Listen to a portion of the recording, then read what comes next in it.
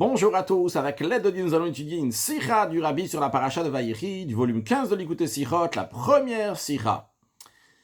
Il est dit au début de la paracha, Vaïchi Yaakov be'eret Mitzrayim 17 shana, que Yaakov a vécu en terre d'Égypte 17 ans, et donc Yaakov en tout a vécu 147 ans. La question est connue. Pourquoi le verset il a besoin de nous dire combien d'années Yaakov a vécu en Égypte? Dans la paracha précédente, la paracha de Vayigash, lorsque Yaakov est arrivé en Égypte et Paro lui a demandé quel âge tu as, il a dit que j'ai 130 ans.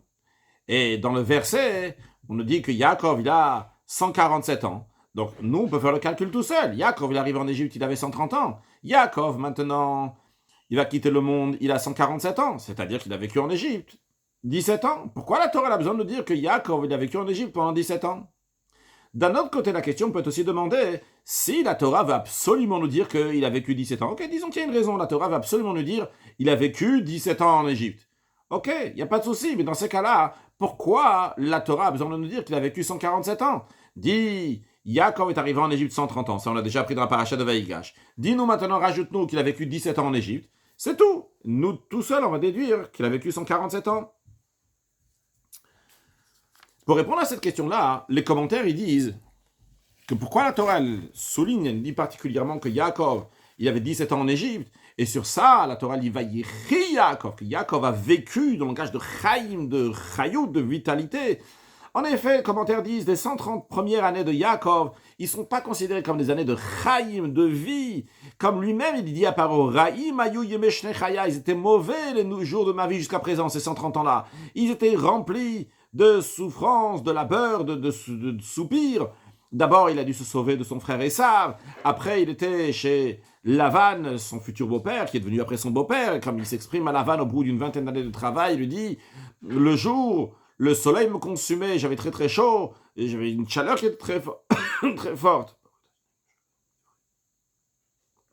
La nuit, il faisait extrêmement froid, le sommeil a fui de mes yeux, etc. Jusqu'à qu'après son fils Yosef, il a été vendu. Donc il n'a pas arrêté de souffrir pendant sa vie. Enfin, quand il est arrivé en Égypte, c'est fini maintenant. Il n'a plus de souffrance, il n'a plus de tristesse. Au contraire, là-bas, il avait vécu une bonne vie de paix, de sérénité. Il était installé dans le meilleur endroit de la terre d'Égypte. Et il a vu que tous ses enfants ils vont dans le droit chemin. Il a vu que Yosef, c'est le vice-roi. Et c'est pour cela que dans cette période-là, ces 17 années-là, ces années-là, Yaakov a vécu, il a eu la chaim, il a eu une vraie vie, une bonne vie de paix, de sérénité. Donc justement, la Torah va faire une différence. Il y a 130 ans, il y a 17 ans, deux catégories différentes d'années. Il y a 130 ans et 17 ans, 130 ans de souffrance, de labeur et 17 ans de bonheur. Maintenant, pourquoi la Torah a besoin après de nous souligner 147? On comprend maintenant pourquoi la Torah dit 130 et 17. Mais pourquoi la Torah après a besoin de nous dire donc le total c'est 147? Eh bien, les commentaires expliquent que la Torah revient après nous dit il y a 147 ans pour nous dire que les 17 meilleures années qui étaient à la fin de sa vie, donc qui étaient Vayichi, dans lesquelles il a eu une vraie vie, eh bien, ça a fait oublier toute la souffrance, toute la Ogmat Nefesh qu'il avait des années précédentes, à tel point que tous les années, il lui semblait, il était à ses yeux comme des bonnes années. Et comme les commentaires disent, Kulan Shavin Letova, que tous ces années-là étaient égales pour le bien. C'est bien qu'il y a eu 130 ans dans lesquels il y a eu des souffrances, et 17 ans donc de bonheur, mais les 17 ans de bonheur ont fait que, aux yeux de Yaakov, les 147 ans, tous, ils étaient donc des Tova, ils étaient pour du bien, parce que ces 17 ans-là ont fait oublier les 130 années d'avant. Ça, c'est ce que le commentaire explique. Mais le Rabbi dit, cette explication-là n'est pas tout à fait claire, n'est pas suffisante. Vrai que les dernières années, les 17 dernières années, ils étaient Betova, ils étaient dans le bien. C'est vrai qu'ils ont fait du bien avec Yaakov, à tel point vrai que ça fait oublier donc les souffrances qu'il y avait dans les années d'avant. Mais quand même, le fait que le verset rajoute à la fin quelque chose qui est évident pour nous, quand le calcul donc de 130 plus 17, qui est 147, la Torah le rajoute, elle le souligne, ça le souligne. J'exagère quand j'ai souligné, mais dans le sens, la Torah nous le dit, quelque chose qu'on sait tout seul, 130 plus 17, c'est 147, la Torah nous dit 147. Si la Torah nous le dit, et pour nous dire que Kulan, Shavin, et pas juste Shavin, mais Shavin, les Tova, que tous ces années-là donc sont les mêmes pieds d'égalité, tous pour le bien, comment est-ce possible de dire une telle chose, comme les commentaires expliquent, alors qu'il y avait 130 ans qui étaient mauvais, il était peu et mauvais, comme ils les appellent, donc le contraire du bien, comme ça appelle Yaakov ses 130 ans. Mais Adveraim, il était peu et mauvaise. Et ces 17 années-là, il était Vayechi, le meilleur. Tachitachaim Vatov. Comment on peut dire que Kulan, que tous ils sont égaux? C'est pas égal, désolé. 17 ans, c'est des années de vie extraordinaire, et les 130 ans, c'est des mauvaises années de vie. Comment dire que Kulan Shaim le Tova? Ça, c'est la première question que le rabbi demande dans la Sikha. Le rabbi dans la Sikha ne va pas répondre les questions dans l'ordre. Cette question-là donc sera répondue bien plus tard, plutôt du côté de Seif. Bon, plus tard, en tous les cas, à la fin de Seif Zayn, on aura la réponse à cette question-là. Juste, je mentionnerai donc les questions au fur et à mesure, c'est la question numéro 1, question numéro 2, etc., pour savoir donc quand est-ce qu'on a les réponses sur ces questions-là. Donc, le rabbi n'a pas repoussé totalement l'explication des commentaires.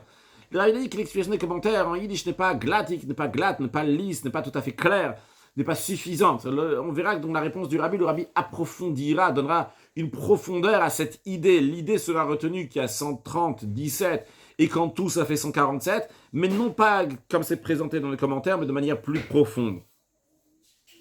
Pour comprendre cela, tout d'abord, le rabbi nous dit dans Seif Bet, on va comprendre tout d'abord ce que le Midrash nous dit, et c'est ramené aussi des débuts de la paracha, au début de Rashi de la paracha. Juste avant de voir sur le texte de la Sikha, juste montrer ici, nous avons donc la lecture de la paracha de Vayechi, et on peut voir ici qu'on a la fin de la paracha de Vayigash, dans laquelle la Torah dit Vayifu, Vayirbu Me'od, que le peuple juif s'est beaucoup fructifié, multiplié, lorsqu'ils étaient là-bas, donc en Égypte, dans la région de Goshen. Et juste après, ici, on a la nouvelle paracha, Vayichi Yaakov Eretz Mitzrayim, que Yaakov il a vécu en Égypte 17 ans. Comme vous pouvez remarquer ici, qu'il n'y a pas d'espace entre la fin de paracha de Vayigash avec la paracha de Vayechi. Contrairement à tous les autres parachiotes dans lesquels il y a toujours un espace entre une paracha et une autre paracha, comme par exemple ici on peut voir le début de paracha Vayigash, la fin de parachat Miketz, il y a un espace. Et comme ça, dans tous les parachiotes, il y a toujours un espace pour faire une telle paracha et une autre paracha. Mais dans la paracha de Vayechi, il n'y a pas d'espace entre la paracha précédente de Vayigash et celle de Vayechi. D'où la question du Midrash. Le Midrash demande, Lama paracha zo stuma, pourquoi cette paracha, la paracha de Vayechi, donc elle est stuma, elle est fermée, comme on vient de le montrer. Pourquoi elle est fermée donc de tous les autres parachiotes de la Torah?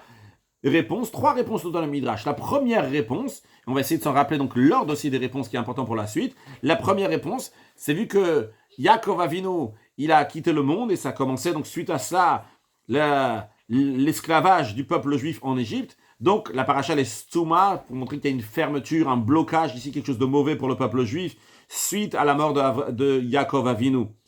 Deuxième explication, le Midrash nous dit, parce que Yaakov, avant de quitter le monde, a voulu dévoiler à ses enfants le Ketz, la date de la délivrance, la date de la venue de Mashiach.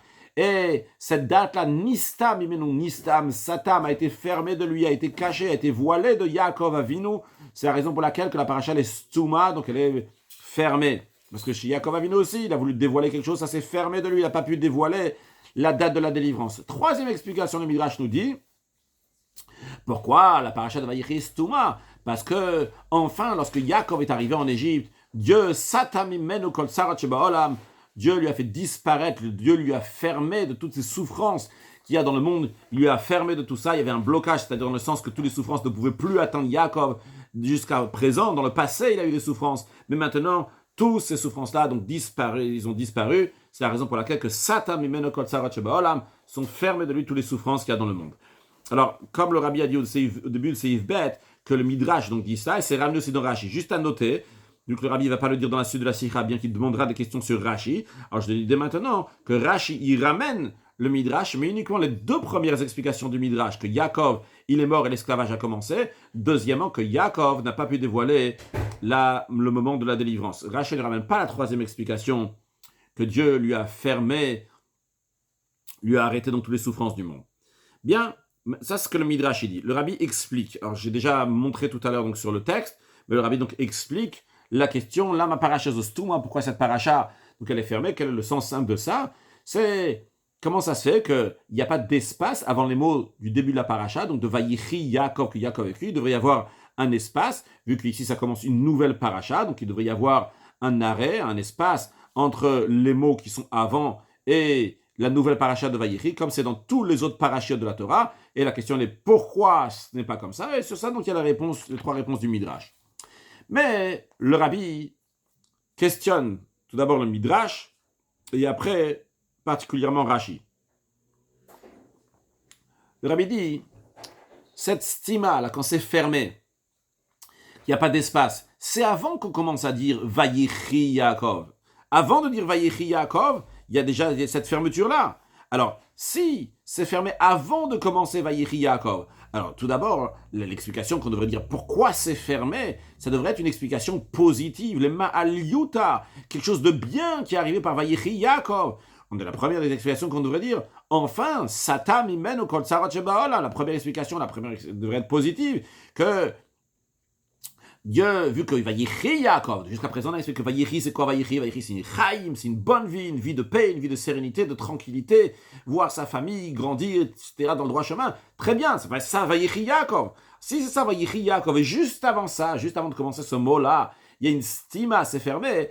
Et on a trois explications. La première explication devrait aller dans l'esprit de Vayechi Yaakov, que Yaakov il a vécu, il y a quelque chose de positif ici. Yaakov, enfin, il a eu une bonne vie. Dieu, Satam imenu kol tsarat shebaolam. La troisième explication, que Dieu lui a fermé, lui a bloqué toutes les souffrances du monde. C'est ça ce qui devrait être la première explication de Vayechi Yaakov. Pourquoi c'est fermé? Non pas la troisième explication. Et le Rabbi renforce la question. Parce que c'est pas seulement avant les mots Vayechi Yaakov qu'on va arriver à Vayechi Yaakov, vu que c'est fermé avant, on doit dire quelque chose de positif. Mais même si on regarde la fin de Parashat Vayigash, on parle comment le peuple juif a bien vécu dans la région de Goshen, et comme on conclut Vayifu, Vayirbu meod à la fin de Parashat Vayigash, ils sont fructués, multipliés de manière énormément. Donc quand juste après, sans faire un arrêt, il n'y a pas d'espace, juste après Vayifu, Vayirbu meod, qui sont beaucoup fructifiés, multipliés, on te dit Vayechi Yaakov Be'eretz Mitzrayim, que Yaakov il a vécu en Égypte. Alors même sans regarder les mots Vayechi Yaakov, par rapport à ce qui est écrit avant, à la fin de Parashat Vayigash, la logique obligerait à dire que pourquoi c'est fermé, pourquoi il n'y a pas d'espace entre la fin de Parashat de Vayigash et Vayechi. C'est pour souligner que Vayechi vient sans arrêt avec avant, parce que à la fin de Parashat de Vayigash, on nous parle du bien du peuple juif, quelque chose d'extraordinaire, et on continue encore dans le positif. Donc le Rabbi renforce la question, pourquoi la première explication du Midrash n'est pas Satam imenu kol tsarat shebaolam. Le Midrash met ça en troisième position, que Dieu lui a bloqué de toutes les souffrances qu'il y a dans le monde. Pourquoi c'est la dernière raison? Et les autres raisons, les deux premières raisons, que Yaakov il est mort, que l'esclavage a commencé. La deuxième raison, que Yaakov n'a pas pu dévoiler le moment de la délivrance, parce que Nistameno, ça lui était fermé, il y a eu un blocage, il n'a pas pu le dire. Que si c'est les deux premiers, donc c'est aussi les Ikariim, ça veut dire le Midrash met ça en premier, parce que c'est aussi les explications essentielles. Pourquoi les explications essentielles, les deux premières du Midrash, c'est le contraire de l'esprit de la fin de Parashat Vayigash, que Vayifu, Vayirbu meod, qui est positive et qui est bien. Donc, en deux mots, la question du Rabbi ici sur le Midrash, elle est pourquoi le Midrash met seulement en troisième position que Dieu lui a enlevé toutes les souffrances du monde? Ça devrait être en première position. Et parce que Vayechi Yaakov, c'est positif, une bonne vie, et parce que la fin de Parashat Vayigash, c'est positif. Et le Rabbi renforce la question en ce qui concerne le commentaire de Rashi sur la Torah. Vu que Rashi explique le sens simple des versets, alors il aurait dû expliquer essentiellement pourquoi la paracha de Vayechi est fermée, pourquoi il y a cette fermeture, il n'y a pas d'espace entre Vayigash et Vayechi. La raison qui est positive, qui est liée donc à la fin de paracha de Vayigash, que le peuple juif s'est fructifié, s'est multiplié, et le début de Vayechi, que c'est la vie de Yaakov, et non pas le contraire, parce qu'il s'est passé par sa mort, le contraire de Vayechi Yaakov, le contraire de la vie de Yaakov. Et donc, quelle est la question sur Rashi? Le Rabbi nous dit donc deux questions sur Rashi. Premièrement, c'est pas compréhensible d'après Rashi que la troisième explication, Rashi ne le ramène pas. On a dit tout à l'heure oralement, on a dit que le Rabbi ne ramène pas dans la Sikha le commentaire de Rashi, mais Rashi donc, nous fait comprendre le Rabbi donc, que Rashi n'a pas dit la troisième explication, pour regarder dans le Chumash Rashi. La troisième explication, que Dieu a fermé toutes les souffrances de Yaakov, qui est le plus proche a priori donc du sens simple du verset comme on l'a présenté jusqu'à présent, le Rabbi ne le ramène pas, Rashi ne le ramène pas. Ça c'est Vayechi Yaakov, c'est la vie de Yaakov, ça c'est le bien de la fin de Parashat Vayigash. Non, Rashi ne ramène pas cette explication-là. Il ramène que les deux premières explications. Deuxième question sur Rashi. Même les deux explications qui ramènent le Midrash, il aurait dû les ramener au moins dans le sens inverse. D'après la deuxième raison, pourquoi la deuxième raison, c'est quoi? C'est quelque chose qui s'est passé quand Yaakov il était encore en vie. À la fin de sa vie, il a voulu dévoiler le temps de la délivrance à ses enfants. Ok, le Ketz, le moment de la délivrance, c'est fermé de lui, il n'a pas pu le dévoiler à ses enfants, mais au moins c'est quelque chose qui est dans la vie de Yaakov. Et après, il y a une deuxième chose, il y a la mort de Yaakov, et donc la souffrance, l'esclavage du peuple juif. Donc, il fallait d'abord parler de la vie de Yaakov, la fin de sa vie. Donc, la deuxième raison, que Nistama Ketz, que le temps de la délivrance donc, a été fermé de Yaakov, a été caché de Yaakov, et après seulement, on nous parle de quelque chose qui s'est passé une fois que Yaakov est mort. Donc, vu qu'il est mort, il y a eu l'esclavage du peuple juif. Et le rabbi nous dit surtout, dans ce sens-là, que la partie négative est plus dans la deuxième que dans la deuxième explication. C'est-à-dire que dans la première explication, dans le Nistamaket, ok, il y a quelque chose de grave qui se passe, c'est pas la fin du monde. Et après, il y a quelque chose donc, qui est encore plus grave qui se passe, donc qui est que le peuple juif est rentré dans les tsars, dans les souffrances du monde. C'est-à-dire, suite à ce qu'on a vu jusqu'à présent, ce que le rabbi veut dire ici dans cette parenthèse à la fin de Seif Bet, c'est-à-dire, suite à ce qu'on a dit avant, que le parashat de Vayechi, c'est quelque chose de positif, on parle des bonnes choses, etc. Ok, alors, doucement, il y a du positif. Et après, nous parler donc des choses les plus extrêmes qui sont arrivées. Donc, Rashi aurait dû dire d'abord, bon, il y avait Vayifu, Vayebomeot, dans parashat Vayigash, il y a eu plein de bonheur, Vayechi Yaakov, après Yaakov, il a bien vécu ses 17 ans, et après, il y a quelque chose, en effet, il y a une stime, il y a quelque chose qui ne va pas ici. Étape par étape, premièrement, Nistamaket, ça a été fermé, donc quand est-ce que la délivrance va arriver? Et après seulement, nous parler que Yaakov, il est mort, il y a eu l'esclavage. Donc ici, nous avons en tout, depuis le début de la Sikha, 4 questions. Donc, si on récapitule, la première question, elle était, pourquoi la Torah a besoin de nous dire que Yaakov, 130 ans, 17 ans, et après 147 ans, on aurait pu faire la maths tout seul, en 2 mots, la première question. La deuxième question, c'est la question sur le Midrash. Pourquoi le Midrash, il donne l'importance et il met en avant donc les explications qui sont négatives, si on peut dire, non pas l'explication, la troisième, que Dieu lui a fermé toutes les souffrances, qu'il n'a plus de souffrances dorénavant, Yaakov, il a mis en avant d'autres explications, alors que l'explication positive correspond très bien avec la fin de Parashat Vayigash, que le peuple juif a bien vécu, le début de Parashat Vayechi, que Yaakov a bien vécu, et donc on aurait dû dire la troisième explication que le Midrash dit en premier, Satamimeno Kotsarat Shevaolam, que Dieu lui a fermé toutes les souffrances du monde. Donc ça c'est la deuxième question. La troisième question c'est sur Rashi. Pourquoi Rashi ne ramène pas du tout la troisième explication du Midrash? Et quatrième question, c'est sur Rashi. Si déjà il ramène les 2 premières explications, dans les 2 premières explications du Midrash, il aurait dû inverser. D'abord dire des choses qui sont dans la vie de Yaakov, que Nistamaket, que lorsque Yaakov a voulu dévoiler le moment de la délivrance, ça lui a été bloqué, ça lui a été fermé. Et après cela, parler qu'une fois que Yaakov il est déjà mort. Donc ça, c'est les 4 questions que le rabbi a demandées jusqu'à présent. Pour comprendre tout cela, le rabbi nous dit une question et une réponse qu'il y a dans les commentaires. Alors, quand on dit une question qui a une réponse qui est dans le commentaire, ça, c'est pas une question qui va être comptée dans les questions. Il y aura encore 2 autres questions, mais ces 2 autres questions, donc on les verra plus tard à la fin de Seif, dans la partie de Seif He. Mais pour l'instant, donc, le rabbi demande une question des commentaires et il répond tout de suite. Et de cette réponse des commentaires, le rabbi va faire un développement. Alors, pour comprendre tout ça, Seif Gim, le rabbi nous dit, on va comprendre, d'après l'explication des commentaires, sur la question que le commentaire demande, sur les 2 premières raisons que le Midrash dit. Les commentaires disent, si toute la raison pourquoi la paracha elle est fermée, qu'il n'y a pas d'espace entre Vayigash et Vayechi, c'est parce que lorsque Yaakov Avinu, donc ça s'est fermé, la situation du peuple juif donc est devenue difficile, on va dire. Ou bien la deuxième explication, parce que Bikesh le galot et Aketz Banav, qu'il a voulu dévoiler donc le Ketz à ses enfants, la fin des temps, et ça lui a été fermé. Juste à noter que l'expression que le rabbi emploie ici, Nistemuchul, c'est un peu différent de celle du Midrash, parce que Rashi en effet change du Midrash, et dans les notes, le rabbi parle pourquoi Rashi il change, il écrit un peu différemment du Midrash, on ne va pas faire les notes. Donc le rabbi dit, les commentaires demandent, si la raison pourquoi c'est fermé, c'est pour ces raisons-là, les 2 raisons que je viens de mentionner, eh bien ça devrait être fermé plus tard, lorsqu'on va parler des versets que Yaakov il est en train de rassembler ses enfants, et tout d'un coup donc il a eu un blocage, et bien c'est à ce moment-là, donc on devrait dire que ça lui a été caché. Ou bien, au moment qu'on parle de Yaakov va quitter le monde, c'est à ce moment-là qu'on devrait dire qu'on devrait faire une fermeture, une fermeture en 2 parachiotes. Et la réponse des commentaires est que, évidemment, si on va faire en plein milieu d'une paracha, on va faire une fermeture, eh bien ça passe remarquable, parce que ça arrive qu'au milieu d'une paracha, c'est fermé. Par contre, au début de la paracha, c'est remarquable. Et le rabbi développe l'explication des commentaires. Lorsque la stime à la fermeture est au début d'une paracha, vu qu'il s'agit d'une nouvelle paracha, comme par exemple, on est en train de parler donc de paracha de Vayechi, qui est une nouvelle paracha, c'est un nouveau sujet. Avant c'était Vayigash, maintenant c'est un nouvel paracha de Vayechi, c'est un nouveau sujet dans la paracha de Vayechi. Alors là, on comprend, toujours, il doit y avoir un espace, un plus grand espace que la normale, pour marquer le coup entre paracha de Vayigash et Vayechi, entre une paracha et une autre.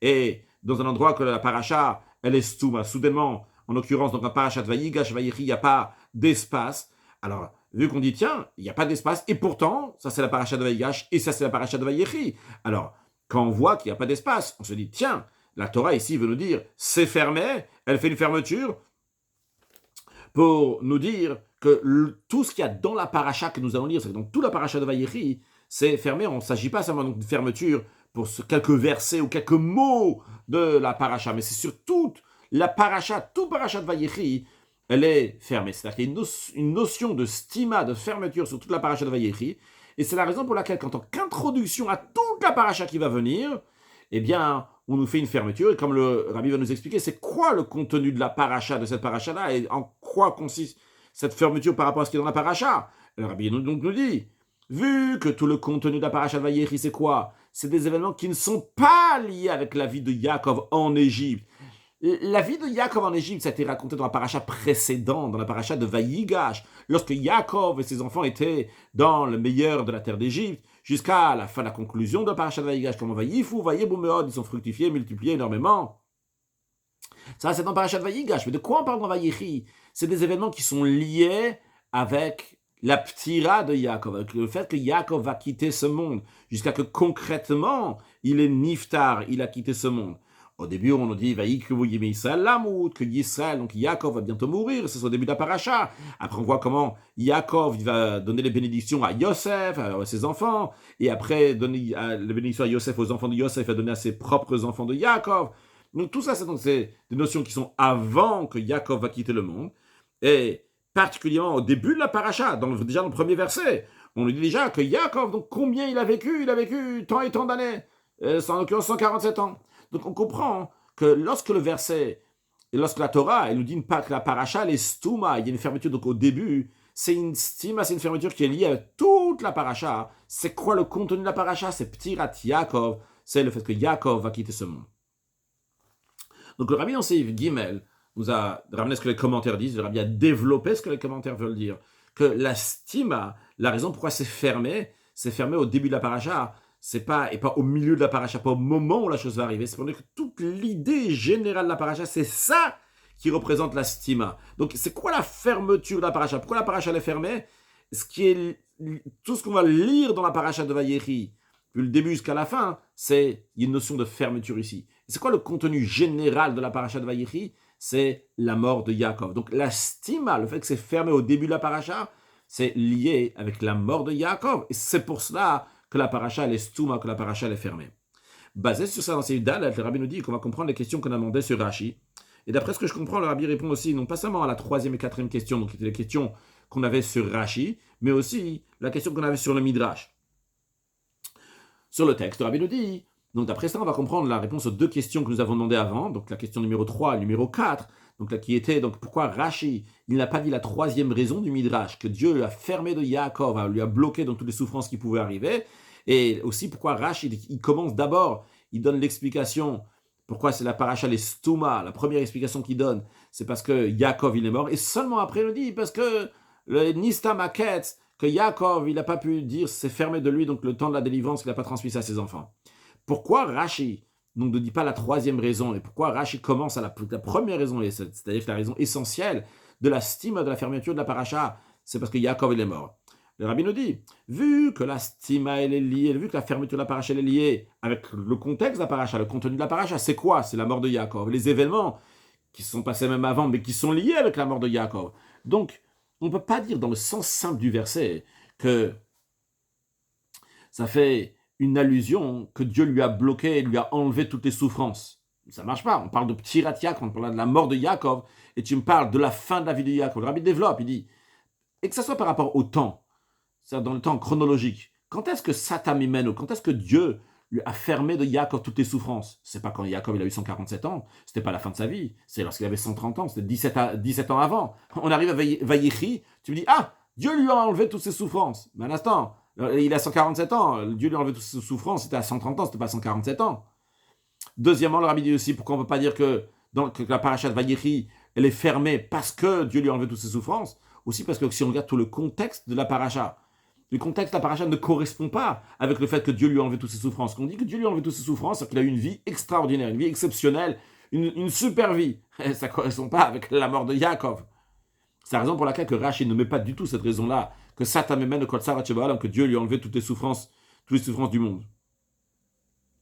On comprend aussi la deuxième question qu'on avait sur Rashi, dans l'ordre des deux explications qu'il ramène. Pourquoi Rashi, il dit d'abord que Yaakov il est niftar, avant de dire que l'explication qui est plus gentille, et qui est encore dans la vie de Yaakov, que Yaakov il a voulu dévoiler la fin des temps. Non, tout le contenu de la paracha, c'est quoi? C'est Ptirat Yaakov, c'est la mort de Yaakov. Alors, quand on cherche le contenu de la paracha, dans Pshuto Shalmika, dans le sens simple du verset, Rachel explique le sens simple du verset, sens simple du verset, tu lis la paracha, de quoi ça parle la paracha? En deux mots, c'est quoi le contenu de la paracha? C'est les événements qui préparent la mort de Yaakov. La mort de Yaakov, donc tout c'est lié avec la mort de Yaakov. Donc la première des choses de quoi on va parler, c'est la mort de Yaakov. Donc s'il y a des raisons à expliquer pourquoi la paracha elle est fermée, c'est la paracha entière, tout Vaïchi. Mais le contenu de tout Vaïchi, c'est quoi? C'est la mort de Yaakov. Si c'est la mort de Yaakov, alors la première raison que Rachel doit dire pourquoi la paracha elle est fermée, parce que Yaakov il est mort. Seulement après, en deuxième étape, Rashi va donner aussi une deuxième explication. En effet, la première explication, pourquoi la paracha est fermée, toute la paracha est fermée, c'est la mort de Yaakov. Par contre, le fait que Bikesh Legalot, c'est qu'il a voulu dévoiler, c'est pas la raison essentielle pourquoi la paracha est fermée. Le rabbi de la note 21, il explique pourquoi on ne peut pas se contenter seulement de la première explication. Encore une fois, on ne va pas faire la note. Et pourquoi on a besoin aussi de la deuxième explication. L'explication essentielle, c'est la ptira de Yaakov. Donc, jusqu'à présent, le rabbi, donc, il a répondu à la question numéro 2, numéro 3 et numéro 4 que nous avons eues. La question numéro 3 était donc sur le Midrash. Donc, pourquoi le Midrash, il commence donc avec les raisons négatives que Yaakov il est mort. Il aurait dû commencer, que Dieu lui a bloqué toutes ses souffrances. Il avait aussi donc la troisième question, c'était sur Rashi. Donc pourquoi Rashi ne ramène pas du tout cette raison-là chez Satan Memeno Kol Sarot Sheba Olam, que Dieu lui a fermé toutes ses souffrances, Rashi ne ramène pas. Et aussi dans l'ordre de Rashi, pourquoi il ramène donc d'abord que Yaakov il est mort et après seulement qu'il y a eu la fermeture que ça a été caché donc le temps de la délivrance de Yaakov. Les réponses à toutes ces questions-là, c'est parce que la paracha de Vaïchi, le contenu de la paracha de Vaïchi, c'est la mort de Yaakov. Donc, quand on dit qu'il y a une stima, le début, avant de commencer la paracha, on est sotem, on ferme la paracha, c'est parce que tout le contenu de la paracha, il l'amène à une stima, à que la paracha soit fermée. C'est quoi le contenu de la paracha? C'est la ptira de Yaakov. C'est la mort de Yaakov. Donc, la première explication, que ce soit d'après le Midrash, que ce soit d'après Rashi, pourquoi on nous dit que c'est la mort de Yaakov? Parce que le contenu de la paracha, c'est la ptira de Yaakov. Et on comprend aussi pourquoi Rashi, il dit ça en première explication, que c'est la ptira de Yaakov, parce que c'est le contenu de la paracha. Après, il ramène aussi une deuxième explication. Dans le 21, c'est expliqué pourquoi. Juste à noter pourquoi le Midrash, il ramène oui la troisième explication. C'est le Rabbi, on parle aussi dans les notes. Pour la troisième fois, je répète qu'on ne va pas faire les notes, mais évidemment, chacun est invité à regarder dans les notes de la Sikha et les étudier. Seif et on a quand même la première question qui n'a pas encore été répondue. Ce qui n'était pas glatique, ce qui n'était pas entièrement lisse, ce qui n'était pas très clair. Pourquoi la Torah a besoin de nous dire 130, 17 et après 147? Parce que le Rabbi n'a pas admis qu'on peut dire que Kulan Shavil le Tova, que tous les 147 ans, ils sont égaux, parce que les 17 ans ont fait oublier les 130 ans, et donc toute la vie était bonne. D'après le Rabbi, ça ne peut pas être comme les commentaires ont expliqué, mais c'est sur une autre forme. Mais avant cela, donc, le Rabbi va demander deux autres questions, et quand le Rabbi va répondre à ces deux autres questions, on aura aussi la réponse à la première question. Le Rabbi nous dit, mais encore, c'est pas compréhensible, en tous les cas, mais pimiutaïn, dans le sens profond des choses, c'est pas compréhensible. Pourquoi la paracha, elle commence avec Vaïchi Yaakov, que Yaakov il a vécu, alors que toute la paracha, elle parle de la mort de Yaakov, des événements qui sont liés avec la mort de Yaakov. Vrai que le total des années de la vie de Yaakov, il est lié avec la mort de Yaakov. Mais ça s'explique seulement la deuxième partie du verset, c'est-à-dire, la Torah, elle commence la paracha de Vaïchi en disant Vaïchi Yaakov veret Mitzrayim shvaïs shana. C'est la première partie du verset que Yaakov il a vécu en Égypte 17 ans. Et après, la deuxième partie du verset, deuxième partie du premier verset, que Yaakov, il a eu en tout 147 ans. Alors, la Bible dit, on peut comprendre la deuxième partie du verset, que Yaakov il a eu 147 ans, on peut la comprendre avec le contenu de la paracha. Mais la première partie du verset qui dit que Yaakov, il a vécu en Égypte 17 ans, donc qui fait référence à des bonnes années de Yaakov. Comment c'est lié avec la mort de Yaakov? A priori, ce qu'on aurait dû faire, on aurait dû partager la paracha précédente de Vaïgash avec celle actuelle de Vaïri de manière différente. La fin de paracha de Vaïgash, on dit que le peuple juif a bien vécu jusqu'à qu'on conclue que Vaïf ou Vaïboumod, ils sont fructifiés et multipliés. Et on aurait dû rajouter encore une petite partie, c'est-à-dire la moitié du premier verset de Parashat Vaïri, qui dit que Yaakov il a vécu 17 ans, on aurait dû le mettre avec la fin de Parashat Vaïgash. La fin de Parashat Vaïgash, elle parle que toi, les bien peuple juif, et tu rajoutes à la fin, le peuple juif s'est fructifié, s'est multiplié, et Yaakov, il a vécu 17 ans en Égypte, et c'est lié en plus avec l'esprit de la Parashat dans laquelle on dit Vatechi, Ruach Yaakov Aviem, que lorsque Yaakov, il a vu un message de son fils Yosef, que Yosef il était en vie, Vatechi, il a revécu, et ça conclut la Parashat Vaïchi. Yaakov on aurait dû conclure comme ça la paracha de Vaïgash, que Yaakov, il a vécu en Égypte 17 ans. Et après la paracha suivante, elle aurait dû commencer. Mais Yaakov, que Yaakov, il a eu en tout 147 ans, et Yaakov, il allait bientôt mourir, etc., etc. Comme ça, on aurait dû commencer la paracha après Vaïgash. Encore une chose, donc ça c'est la première question que le rabbi demande. Donc en deux mots, comment le Vaïchi Yaakov, que Yaakov il a vécu, c'est lié avec toute la paracha. Donc qui est lié avec la mort de Yaakov. Encore une question que le rabbi demande. On a déjà expliqué plusieurs fois, le nom de la paracha, il est lié avec toute la paracha. Comment la paracha peut s'appeler Vaïchi, alors que tout le sens de la paracha, c'est le contraire de Vaïchi, c'est la mort de Yaakov. Ça c'est une question différente de ce qu'on a dit avant. La question d'avant, elle n'était pas liée avec le nom de la paracha ou quoi que ce soit. Qu'est-ce que fait Vaïchi Yaakov, que Yaakov il a vécu 17 ans, dans la paracha de Vaïchi? Ça devrait être vrai dans la paracha précédente.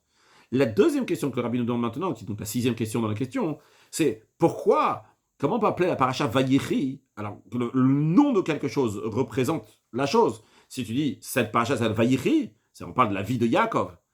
Le contenu de la paracha, c'est pas la vie de Yaakov. Le contenu de la paracha, c'est la mort de Yaakov. Comment ça colle?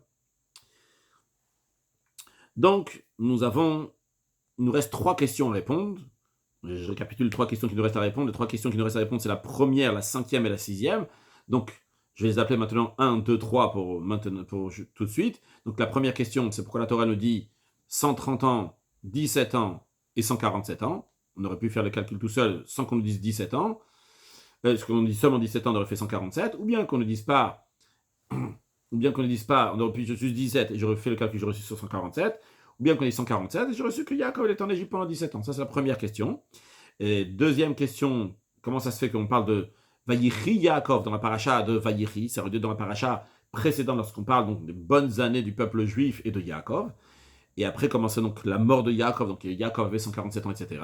Et troisième question, comment ça se fait que toute la paracha qui parle de la mort de Yaakov s'appelle Vaïchi Yaakov, qui nous parle donc de la vie de Yaakov, que Yaakov a vécu, alors que dans la paracha on ne parle que Yaakov il est mort. C'est Vav, l'explication est la suivante. La vraie notion de vie, c'est une telle vie qui est éternelle, qui reste toujours, qui n'a aucun changement. Et c'est la raison pour laquelle qu'une telle vie, elle n'existe que chez Dieu. Que Dieu qui est la source de la vie. Comme il est écrit, Vavaï Elohim Emet ou Elohim Chaim. Le Dieu de vérité, c'est le Dieu vivant. La notion de Emet, de vérité, c'est quelque chose qui ne s'arrête pas, quelque chose qui ne change pas.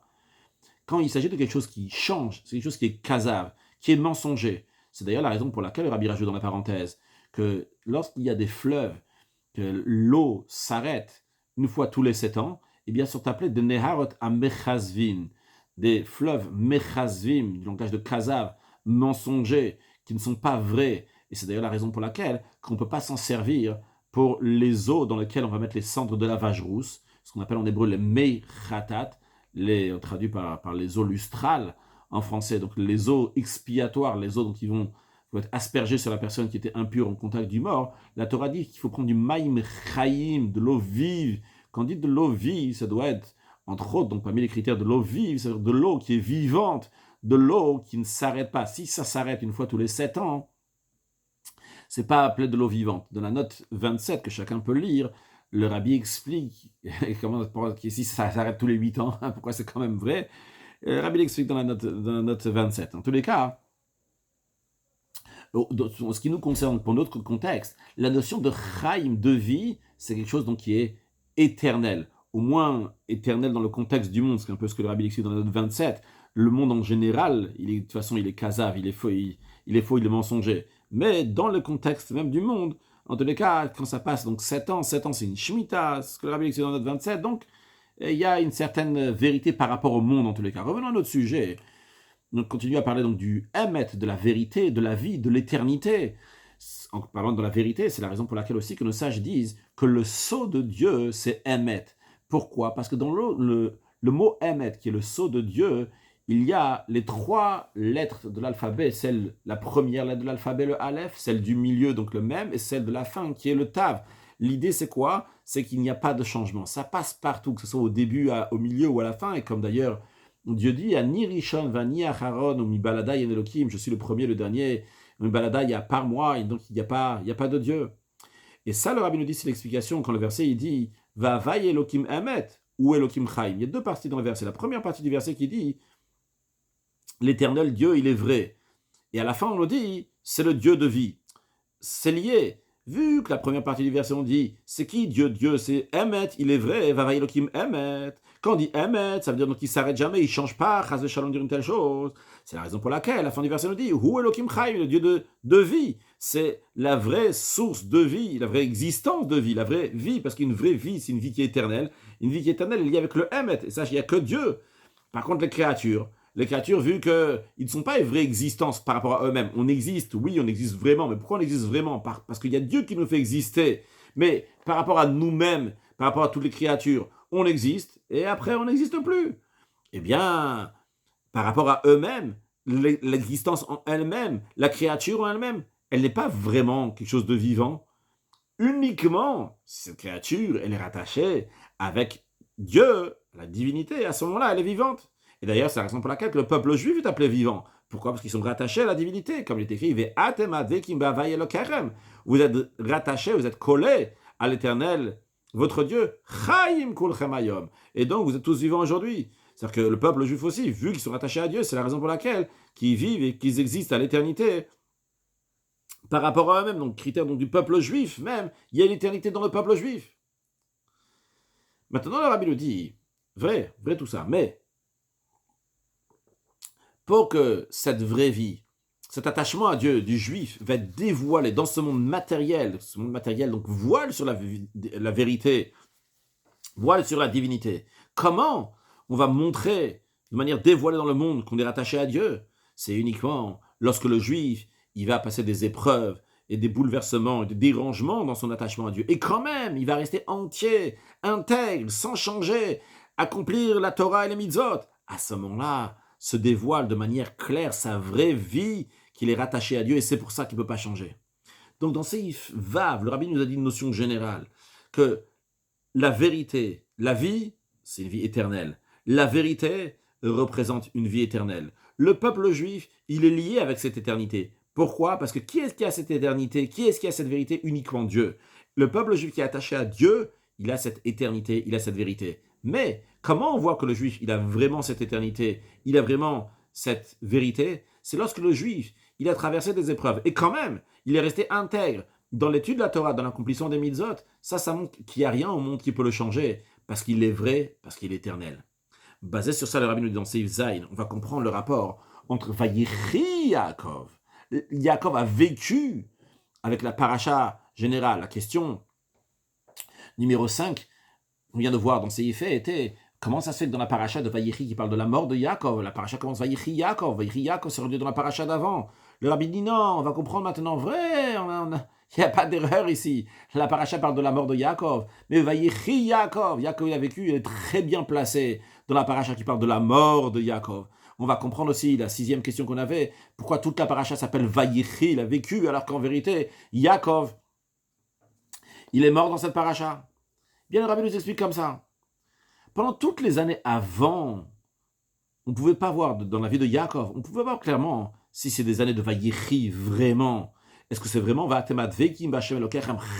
que vraiment on est attaché à Dieu de vie, et particulièrement un attachement de vie tel point comme ce qui se doit donc pour les Avot, pour les patriarches. À Avot, on dit que les patriarches sont comme un char. Le char, il va uniquement où le cocher veut. C'est-à-dire que un être humain doit faire uniquement ce qu'Akadosh Baruch Hu veut. Dieu, c'est le cocher, nous, on est sur la charrette.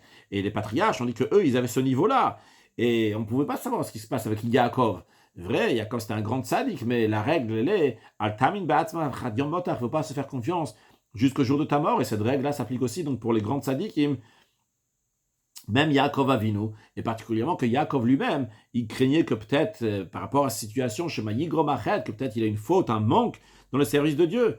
Et donc c'est la raison pour laquelle, pendant toutes ces années-là dans lesquelles il était rattaché à Dieu, même qu'il était en Eretz Israël, dans toutes les souffrances qu'il a passées, ce n'était pas encore une preuve suffisante sur le vrai Vayichi que Yaakov vit vraiment avec Hachem. Et même lorsqu'il a vu que ses enfants, ses petits-enfants, c'est des tzadikim, ils se comportent bien, eh bien c'est pas suffisant. Parce qu'ils étaient en Eretz Israël, on ne peut pas savoir qu'est-ce qui va se passer lorsqu'ils vont entrer dans une terre qui est plus grossière que ça. Donc ça, c'est pendant les 130 premières années de Yaakov. Mais lorsque Yaakov il est arrivé après en Égypte, c'était proche donc du petit râteau. Deux choses. Bon, le rabbi dit pas clairement dans la sikha, mais en tout cas, qu'il est arrivé en Égypte. En plus de ça, pas seulement ça, il est arrivé proche de sa petite donc proche donc de sa mort. Et particulièrement qu'entre-temps, il est descendu en Égypte. Et il a montré que même quand il était dans Ervatares, à l'unité de la terre, dans un endroit grossier, il est bichlem, il avait la perfection, dans la perfection la plus haute de l'accomplissement de Torah et des mitzvot jusqu'à le dernier instant de sa vie, et particulièrement lorsqu'il a vu là-bas comment Mitato Shlema, comment toute sa progéniture donc était dans le droit chemin, que tous ses enfants se comportent bien, et même Yosef, bien qu'il était roi, et bien qu'il était emprisonné parmi les non-juifs, et quand même il est resté un tzaddik impieux, à tel point que même les enfants de Yosef, Menaché, Ephraim, qui sont nés en Égypte, la nudité de la terre, ils méritent une bénédiction, et à tel point que tous les Bnei Israël, dans toutes les générations à venir, vont bénir leurs enfants, que Simcha Elohim, Ephraim et Menaché, que Dieu fasse, un père souhaite à son fils, que tu vas être comme Ephraim et Menaché. Alors cette situation-là, elle a dévoilé la vraie vitalité de Yaakov. C'est-à-dire que dans toutes les années précédentes, même que, de manière superficielle, c'était des années donc, qui étaient remplies de souffrance et de Hogmat Nefesh, mais dans le sens profond, c'était Vayichi Yaakov. Et c'est la raison pour laquelle que les 17 dernières années sont une preuve que Kulan Shavinotova, que tous ils sont un vrai Vayichi. On va expliquer un peu plus cette réponse que dans Seif Zain ici, donc le rabbi explique donc la réponse à la première question, pourquoi on nous dit 130 et 17, et ces 17-là, comment ils ont influence sur les 130, donc ils font un pacte entier donc de 147. On va l'expliquer un peu plus, comment on aura fait Seif Red, comme ça sera encore plus compréhensible. Le rabbi nous dit donc on comprend aussi pourquoi ça s'appelle la paracha de Vayechi, bien qu'on parle pas seulement des événements qui sont passés avant que Yaakov quitte le monde, ça parle aussi que Yaakov a quitté le monde et ce qui se passe après. Pourquoi là la paracha s'appelle Vayechi? En effet, il est écrit dans la Gemara que Yaakov Avinu n'est pas mort. De la même manière que sa descendance est en vie, de la même manière lui aussi est en vie. C'est la raison pour laquelle à propos de Yaakov, la Torah n'exprime pas l'expression de Mita qui veut dire une mort. La Torah exprime une autre expression. Qu'est-ce que cela veut dire que sa descendance est en vie? Et c'est pour ça que lui, il a envie. Le rabbi explique, parce que la vraie vie de Yaakov, c'est dans cela que sa descendance est en vie. Qu'est-ce que cela veut dire? Vu que la vraie vie, c'est une vie donc qui est éternelle, qui reste toujours. Dans le même esprit que c'est comme ça chez Akadosh Baruch Hu, chez Dieu, qui est la source de la vie, que les bénédictions sont attachées à Dieu, donc c'est une vie qui est éternelle. C'est la raison pour laquelle que la vraie vie de Yaakov, on peut la retrouver, on peut la reconnaître, lorsqu'on voit son éternité, même après que son âme va quitter le corps. C'est-à-dire, non seulement que la vitalité de son âme va être éternelle, c'est évident, mais même que ici-bas, dans ce monde-là matériel, la vitalité reste. Comment la vitalité de Yaakov, elle reste? Dans sa descendance. Que sa descendance, donc elle vit la vie de Yaakov, une vraie vie de Yaakov Avinu. Et quand sa descendance, elle continue à vivre donc cette vie-là de Yaakov Avinu, eh bien la vie de Yaakov, elle continue. Donc Yaakov Avinu a vécu donc sa neshama dans un corps, mais quand est-ce qu'on voit que sa vie de Yaakov continue? Lorsqu'elle va continuer encore, même après que sa neshama quitte le corps. Sa neshama, évidemment qu'elle va continuer à vivre, mais que sa vie va continuer dans ses enfants, dans ses petits-enfants, dans sa descendance, eh bien là, on voit l'éternité de Yaakov. Et d'après cela, on comprend pourquoi la raison... On va mieux comprendre. Yumtak, c'est encore plus adouci. La raison que la paracha t'appelle Vayechi. On vient souligner ici, pas seulement que après que Yaakov il est mort, on peut encore dire Vayechi Yaakov. Non, c'est pas qu'on peut encore dire Vayechi Yaakov. On va gratter encore. Yaakov reste encore en vie. Non, c'est pas ça l'explication. Le rabbi nous dit, au contraire, Davka, uniquement, particulièrement, après que Yaakov il meurt, c'est à ce moment-là qu'on voit le vraiment Vayechi Yaakov. C'est à ce moment-là qu'on voit l'éternité de Yaakov. Ça veut dire en autre mot, ce que le rabbi nous a expliqué ici dans Seif Zain et Chet, c'est qu'il y a, le rabbi nous a expliqué en deux étapes. C'est-à-dire, il y a le fait que Yaakov a vécu 130 ans, mais il est en Eretz Israël. Après, quand Yaakov, il arrive en Égypte, eh bien, à ce moment-là, déjà, le fait qu'il est en Égypte, il y a déjà un vaïchi particulier. Ça veut dire qu'il y a un vaïchi particulier. Là, on commence à voir la vraie vie de Yaakov. C'est vrai qu'en étant en Eretz Israël, il s'est bien comporté là-bas, lui, ses enfants, ses petits-enfants. Bon, on ne sait pas après ce qui va se passer lorsqu'il va arriver en Égypte. Quand il arrive en Égypte, il vit 17 ans là-bas, et les enfants, les petits-enfants se comportent comme il faut, eh bien là, on voit que Vayichi Yaakov. Et ces années-là, ces 17 ans-là, ils prouvent sur les 130 ans aussi qu'il y a avant. D'où la réponse à la première question. Comment on peut dire Kulan, Shavin, le Tova, qui sont tous égales? Le rabbi n'explique pas dans le sens que Yaakov n'a pas souffert pendant 130 ans.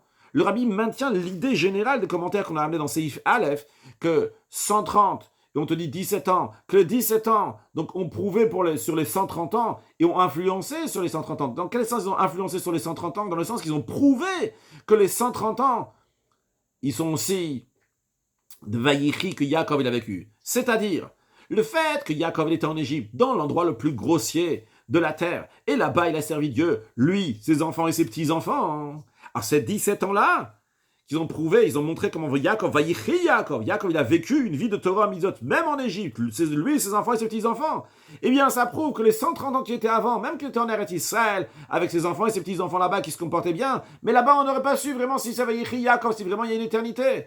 Mais lorsqu'il va en Égypte, et que là-bas aussi en Égypte il se comporte bien, eh bien ces 17 ans-là, ils prouvent que les 130 ans qu'il y avait avant, ils étaient aussi Vayichi Yaakov.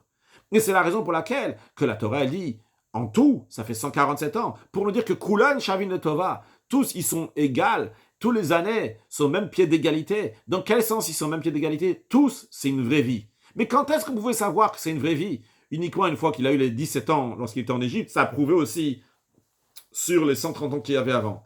Et dans cet esprit-là, donc le rabbi a continué à expliquer qu'après que Yaakov il meurt, lorsqu'on ne voit plus Yaakov, mais quand même ses enfants continuent dans le chemin de Yaakov, eh bien à ce moment-là, on voit la vie de Yaakov. Pas juste, Rabbi a dit, on peut dire que Vayichi Yaakov à ce moment-là. Au contraire, c'est maintenant le moment de dire Vayichi Yaakov. C'est maintenant le moment qui prouve que Yaakov, il a envie, quelle que soit la situation, ses enfants, ses petits-enfants et ses arrière-petits-enfants, Zaro, sa descendance, continuent d'aller dans son chemin. Ça, c'est la vraie vie de Yaakov. Et c'est la raison pour laquelle que la Torah nous dit Vayichi Yaakov, dans la paracha qui parle de la ptira de Yaakov, parce que la vie de Yaakov s'exprime une fois qu'il va mourir, et on va voir que ça va continuer à travers sa descendance. Et c'est aussi l'explication pourquoi le Vayichi Yaakov représente toute la paracha de la mort de Yaakov, parce que quand est-ce qu'on voit Vayichi Yaakov, c'est une vraie vie, lorsque sa descendance est en vie. Quand on ne voit plus Yaakov, sa descendance continue le chemin de Yaakov. Seif Tet, le rabbi nous dit... Donc, à ce point-là de la sikha, on a répondu à toutes les questions. Le rabbi nous dit, on a expliqué avant que, vu que la paracha de Vayichi est fermée, donc au début de la paracha,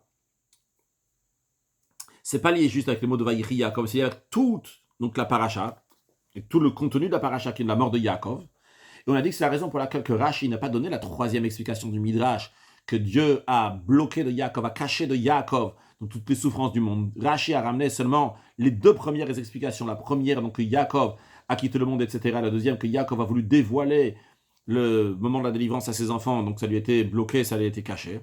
On a dit parce que ça, c'est lié avec la mort de Yaakov. Ça, on a déjà dit avant. Maintenant, le rabbi nous dit, suite à ce qu'on a dit maintenant, c'est Vav, Zayin, Chet, qu'on a expliqué c'est quoi la vie de Yaakov, etc., on va comprendre dans le sens profond comment ça marche, ces deux explications-là avec la vie de Yaakov, et pas du tout la troisième explication.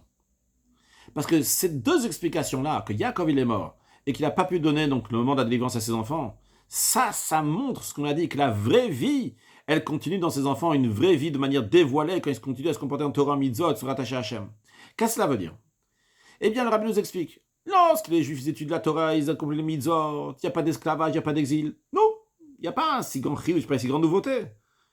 Encore plus que ça, le rabbi nous dit. Même quand les Juifs ils sont en exil, ils font Torah Mitzvot. Mais c'est de manière qu'ils ressentent le ketz, la délivrance. Alors le fait qu'ils savent quand est-ce que la délivrance va arriver et quand est-ce va se finir l'exil, quand ils vont sortir donc de cet exil, alors là aussi, ça ne va pas exprimer vraiment le vayichi du peuple juif dans sa perfection.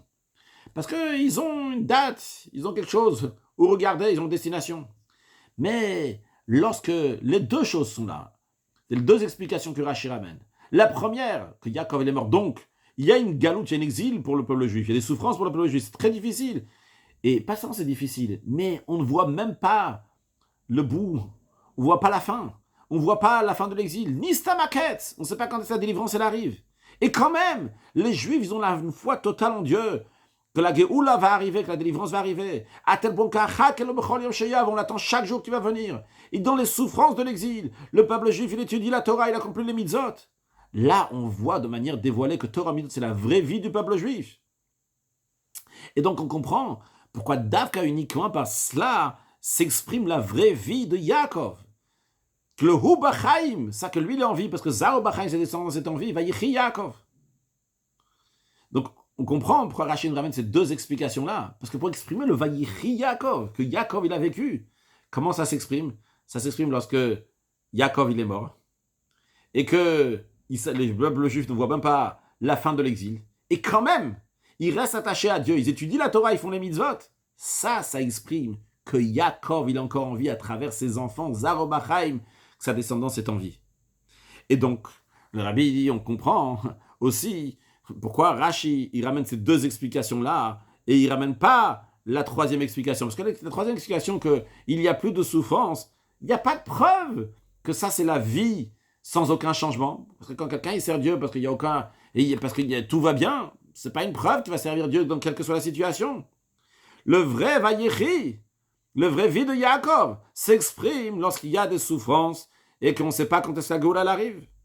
Et à ce moment-là, lorsqu'il y a le sujet de Vayechi, de Torah, mitzvot, se fait même pendant l'exil, eh bien à ce moment-là se dévoile l'intention profonde et le but de l'exil, et le but pourquoi on était en exil, que par cela on peut arriver à les plus grands dévoilements de la délivrance. Dans le sens profond, le rabbi explique dans Seif Yud, on va comprendre qu'est-ce que ça veut dire que Nista Mimenu Aketz, pour la raison pour laquelle que Yaakov, ça a été caché de lui le moment de la délivrance. Si Yaakov avait dévoilé le moment de la délivrance, eh bien à ce moment-là, l'exil n'aurait pas été si fort. Et donc, la perfection de la délivrance qui vient par l'exil n'aurait pas été si forte, parce que les Juifs n'auraient pas fait un travail, montrer une si grande éternité, une si grande vérité, vu qu'ils auraient su quand est-ce que la délivrance va arriver. Et basé sur ça, le rabbi explique, qu'est-ce que Rashi dit Rashi dit que Yaakov, il a voulu dévoiler le temps de la délivrance à ses enfants, mais ça lui a été caché. Rashi, il veut juste expliquer pourquoi le parashat de Vayechi, elle est fermée. Dans ce cas-là, Rashi aurait pu dire, sans donner plus de détails, que Yaakov s'est bloqué de lui, s'est caché de lui, le moment de la délivrance. Pourquoi il a besoin de dire que Bikesh le galot taketz? Pourquoi il a besoin de souligner, de dire, de rajouter que Yaakov, il a voulu dévoiler à ses enfants prius? C'est pas ça qui répond à la question, pourquoi la parasha est stouma, la parasha est fermée. Ce qui répond pourquoi la parasha est fermée, parce que Nista Mimenu, c'était fermé de Yaakov, le cas, c'est le moment de la délivrance. Pourquoi Rashi rajoute ça aussi, qu'il a voulu dévoiler ça à ses enfants? Eh bien, ici, on fait une allusion que Adrab, au contraire, par le fait que Nista Mimenu, par le fait que ça a été caché de Yaakov, eh bien, par cela, ça s'est fait, les galot taketz banav. Yaakov, il a voulu dévoiler la fin des temps à ses enfants, et pour arriver à cela, il y avait besoin que Nista Mimenu, il y avait besoin que le moment de la délivrance se cache. Qu'est-ce que cela veut dire? Parce que le rabbi explique, le fait que ça a été caché de Yaakov, c'est pas juste pour que ça soit caché, mais son but il est pour qu'il y ait le Gilou Yaket, pour qu'il y ait le dévoilement de la délivrance. Pour cela, il y a besoin de cacher quand est-ce que la délivrance elle va venir. Parce que lorsque c'est caché le moment de la délivrance, le juif il a encore plus grand exil, et donc le juif, il sert Dieu quand même dans cet exil-là, qui est comme une exil qui est très forte. Il sert Dieu quand même, il se dévoile l'attachement du juif avec Hachem, mais à ce moment-là, la Géoula, la délivrance, elle est encore plus grande. Et c'est ça donc l'explication, Bikesh le galot et taketz ban avenista memenu, que Yaakov a demandé de dévoiler la fin des temps à ses enfants, le moment de la délivrance, et ça lui a été caché. Au moment où Yaakov, il veut les galotes et taketz, les galotes dans le sens de dévoiler la délivrance chez le peuple juif, pour que ses enfants, Banav, vont avoir sa délivrance à la perfection. Pour cela, il y a eu besoin qu'Akadosh Baruch Hu va fermer ce quête, ça, qu'ils vont pas savoir. Et ça, c'était une préparation pour qu'ils vont après recevoir ce que Yaakov a voulu dévoiler, donc le dévoilement de la Géoula, le dévoilement des temps futurs. Juste à noter une petite remarque générale, cette sikha a été dit, Parashat Vayechi, Tafshin Lamedeh, en 5735, qui correspond à 1974 environ. Mais dans les années d'après, le rabbi a parlé plusieurs fois de l'importance que le peuple juif dévoile son attachement à Kadosh Baruch Hu, lorsque tout va bien matériellement, spirituellement, et qu'il n'y a pas d'épreuve, il n'y a personne qui nous pousse, et quand même, bien que tout va bien, on s'attache à Kadosh Baruch Hu. Et ça, c'est donc le message pour notre génération, dans le Dor Hashi, même dans la 7e génération même. Le Rabbi nous dit donc que tout le monde doit être en bonne santé, que tout le monde doit être riche, que tout le monde doit avoir tout ce qu'il faut matériellement et spirituellement, et quand même servir Dieu avec grande largesse. Et c'est ce qu'on souhaite à tout le monde, et particulièrement depuis Chav Kislev Tafshin Nun Bet, le 20e jour du mois de Kislev Tafshin 5752-1991, que le Rabbi a dit qu'on se trouve dans Yemot HaMashiach Pashtus, qu'on se trouve dans l'époque messianique, dans le sens littéral du terme. Eh bien, on doit avoir une vie messianique, se comporter comme Mashiach, il est déjà là. Le Rabbi a dit qu'on a déjà donc, tous les dévoilements qu'il faut. Maintenant, il faut juste ouvrir les yeux, que Dieu fasse qu'on va ouvrir les yeux et qu'on va voir qu'il n'y aura pas de stima, qu'il n'y aura pas de blocage. Au contraire, on va avoir le Vayichi et tout cela de manière de Chazak, Venit Chazak, quand on conclut le Chumash de Bereshit, avec toutes les forces matérielles, forces spirituelles, avec une grande largesse pour chacun, dans tous les domaines que nous avons besoin, dans Bane, Chayim, Zone, et que Besimchov, tout le avec joie et bonheur, tous ensemble, on va accueillir Mashiach très prochainement. Une excellente journée.